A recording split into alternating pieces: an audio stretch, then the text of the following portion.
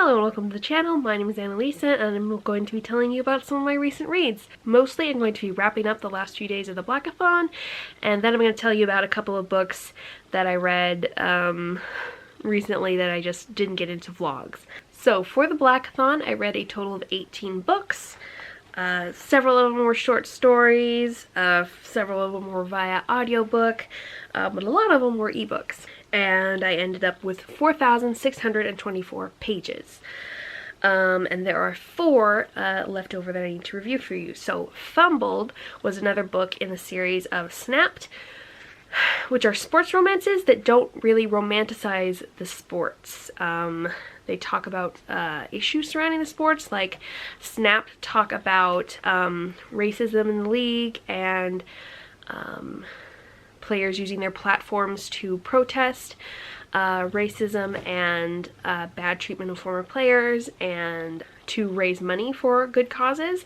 And this one talked about how dangerous football is and all the health effects that can happen, and why a mom who has a kid with a football player might not want her kid to play football. So it starts off with a single mother with a 9-year-old. She's raised him alone all this time because she told the father that she was pregnant back in high school, and he basically blew her off, and his mother told her to go get an abortion, and she told him that was what she was going to do. So when she went to the clinic and decided that wasn't what she wanted to do, she felt like she didn't need to have any more interaction with those people because clearly they didn't want to be involved.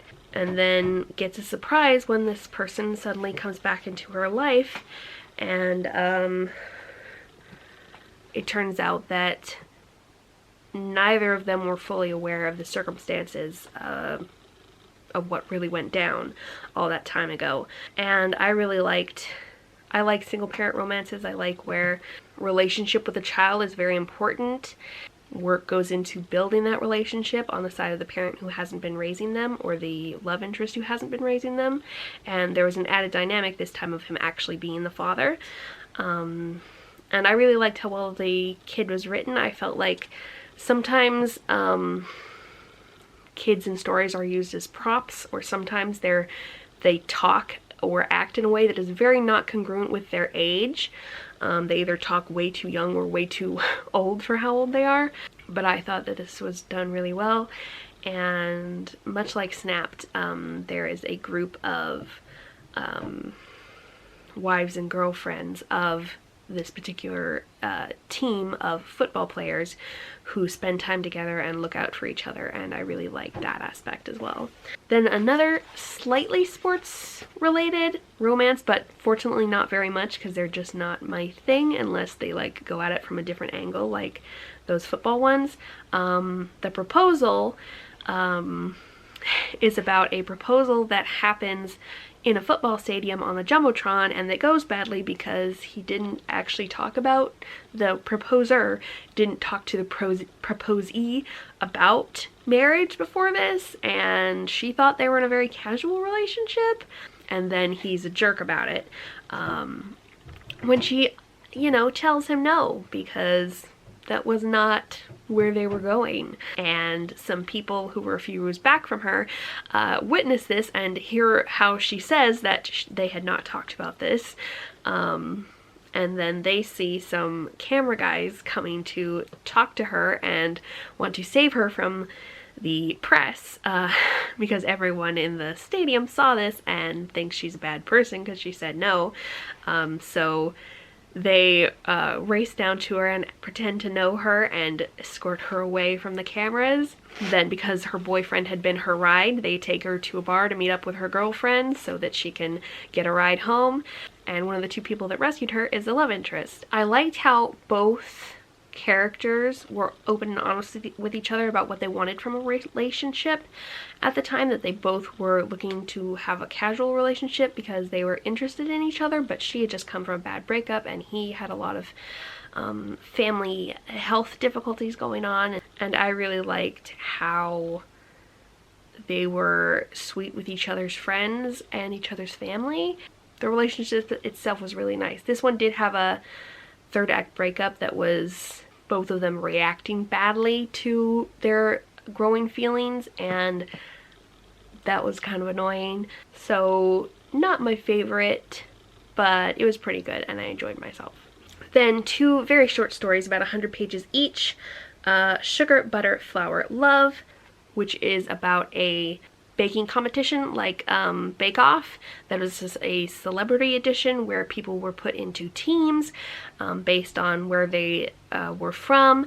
And so it's a professional baker who gets paired up with someone she used to be a baking lab partner with back in high school, and they really didn't get along. But he's a celebrity now because he used to play football and only stopped because of an injury, or maybe he was a soccer player. He is also really into baking and wants to bridge over into doing TV now that he's out of his sports career. So they both agreed to do this, her for the prize money, him for the opportunity, and they're both very unhappy to be paired with each other. Why couldn't anybody else from their hometown be picked? But things progress pretty quickly because it's only 100 pages, and they start appreciating each other, and both in the kitchen and outside of it. And I like the descriptions of the food that they baked. It was a desserts baking competition, and there were a lot of really fun ones, and I really liked how they treated each other well even when they didn't like each other very much. And then A Natural Transition is about a woman who is a DJ, and she starts becoming interested in someone her father has been bringing to family dinners for like a year when she sees him in a different context. And so it's about the transition between seeing him as a irritant who is everything her father wants in a son-in-law, and her dad is trying to set her up before to disastrous results, and so she really doesn't want to have anything to do with that, to seeing him as actually somebody that she really likes. Okay, then those two books that I read between my January wrap-up and the actual beginning of February. One is Baba Yaga's Assistant, which is a graphic novel with very fun illustrations, including the house with chicken legs. I found this when I was searching for another book about Baba Yaga, and this one looked really good, so I decided to try it out. And it's a lot about the value of stories and how knowing stories from your childhood can help you figure out real life problems. In this case, knowing Baba Yaga stories can help you figure out how to deal with Baba Yaga, and that was a lot of fun. Then Curses by Lish McBride. This one I heard about from Kara of Wild Book Garden. She liked it and said that it was a gender swapped Beauty and the Beast retelling, which I love. I love gender swapped retellings, and I specifically love Bee and the Bee retellings, so I was excited about it, and I like this one quite a bit. It's kind of like Ella Enchanted in that it's set in a world where lots of fairy tales are true, and where there's kind of like a magic system that is pulled from a lot of classic German, mostly German, I think, maybe some French, right, because Beauty and the Beast is French, fairy tales. The sisters who one gems fall out of her mouth when she talks, and the other sister who snakes fall out of her mouth when she talks, they're included. And somebody who's fell in love with a goose, or like what person they love turned into a goose. And so lots of fairies are moving around in the world messing up people's lives. And I like worlds like that, also like Shrek. Those are a lot of fun, I think. And this was more lighthearted than a lot of Bee and the Bee retellings. And it also took things in several more interesting directions than sometimes. And it definitely didn't follow the very usual beats that like the Disney version follows. And I liked that. It was very interesting and creative. And the male love interest also has a bit of fairy magic thing going on with him that makes his life really weird. So their two magical things going on interacting was really interesting to see. So those are the books that I needed to get reviewed. I'm also starting this month off with a bang. I've been reading some really good books right at the beginning. So next week I'll probably be back with more reviews as like a half wrap up, and then I'll probably do some kind of a tag or other, not just review content. Oh, and there is another readathon that is the Feminism is for Everyone readathon by Reads with Rachel.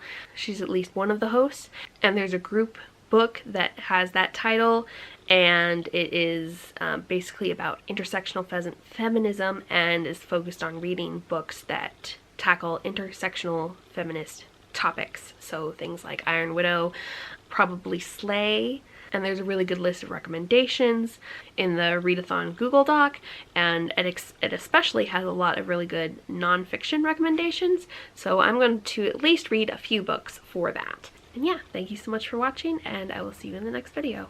Bye!